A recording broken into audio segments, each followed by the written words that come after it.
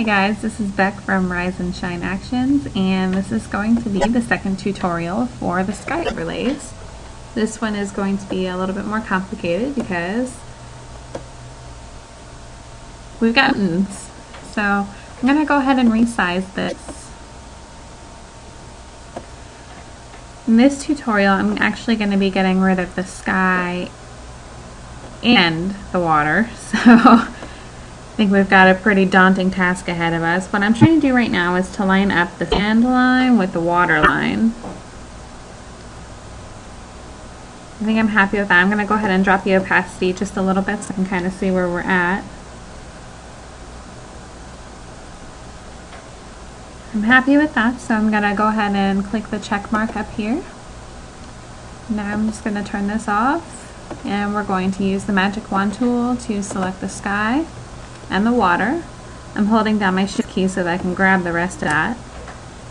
Looks like I've gotten everything, so I'm going to go ahead and turn my overlay back on. Make sure the layer is selected and select the mask button. And I'm actually really happy with how this turned out. So what I want to do first is zoom in and see if maybe we can work on some of those areas with the brush. I'm going to go ahead and drop the opacity by about 50%. Oh, let's go ahead and select the brush. There we go. What I'm doing is I'm going to be running this along the edge to see if I can soften up that line just a little bit. It looks like it's a pretty sharp line right now, and I don't want it to look as sharp as it is.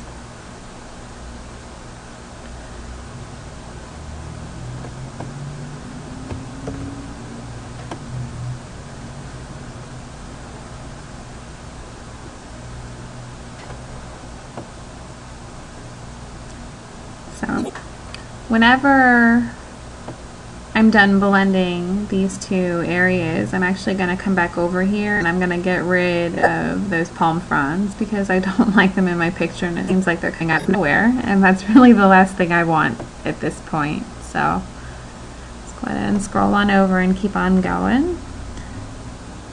I actually lucked out a lot because the sand here in the overlay is very similar to the sand that was taken in this other picture.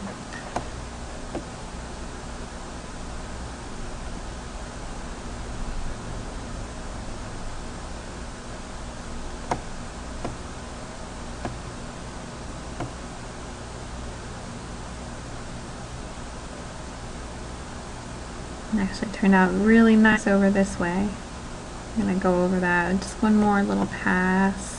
Kind of blend those two areas together. We've got that last little bit over here. And we're going to work on cloning out these palms over here as well.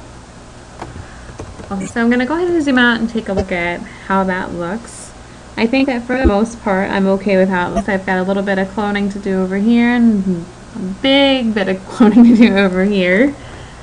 So let's go ahead and get that done. I'm going to go ahead and flatten this because even though this area over here looks like it could use a little bit of work, I've got a horizon smoother that's actually going to work really well on that. So I'm going to go ahead and select my clone tool. I'm going to make it a relatively small brush because I don't want too much repetition in the picture. I've selected my area right here. I'm just going to do small little strokes.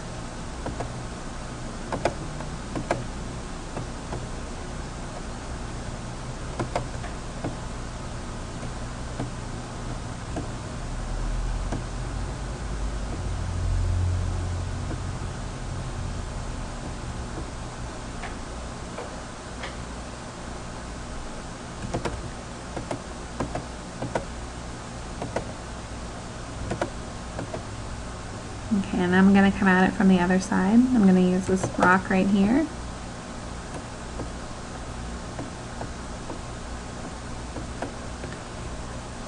This should probably be where I insert my disclaimer that I don't necessarily do things the right way. I do things how they work for me, and if I'm happy with how they look, that's what I'm going to do. There are probably a million other ways to do this. You know, Photoshop is full of different methods to do your editing, so if you have a way that works better for you, then by all means use it. Definitely not the be-all end-all of editing over here.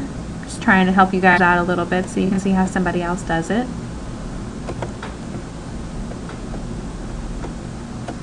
We're just about done with those palm trees. So I think what I'm going to do is I'm going to try and extend this area just a little bit. Get a little bit more color in there. Okay, I'm going to go ahead and zoom out. I'm okay with how that looks, so I'm going to go over here to the little bit that needs to be cloned out. I think I'm going to make my brush a little bit bigger on this one.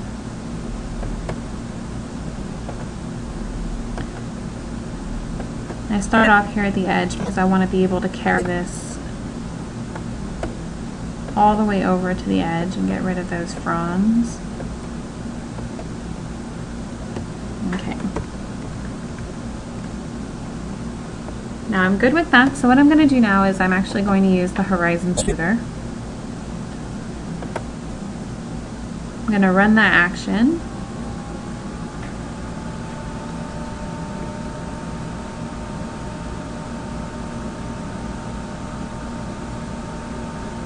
And I'm going to select a white brush to gently brush this on.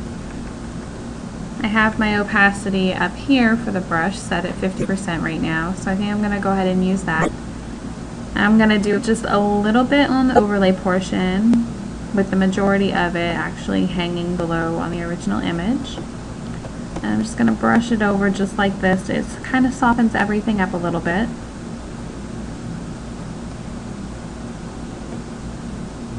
I think I'd like to increase it just a little bit over here. I'm going to make my brush smaller, kind of drag it along this area.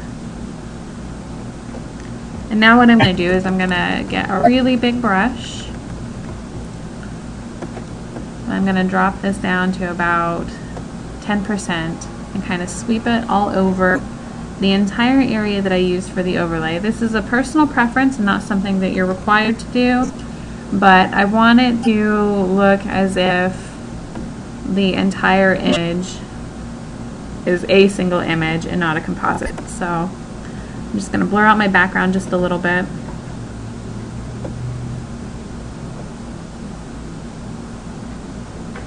And I'm happy with that, the way it looks. This would be a good opportunity for you to go ahead and finish up your edit. I'm going to go ahead and use the darken brush that is included in the action helps, and I'm going to go ahead and darken at these mountains just a little bit, add a little bit more depth. You shouldn't be using an exposure that is more than 50 or 20% for this, otherwise you're really going to damage your image. You're going to have to go back, start all over. I just want to give it a little bit more depth. I'm going to make it a bigger brush and kind of come in here just a little bit.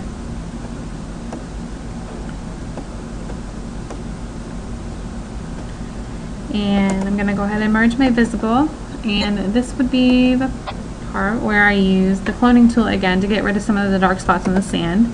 Since the original image was taken at the beach, we had some seaweed that we had to contend with, so I'm going to go ahead and get rid of that. There's this little area right by her foot.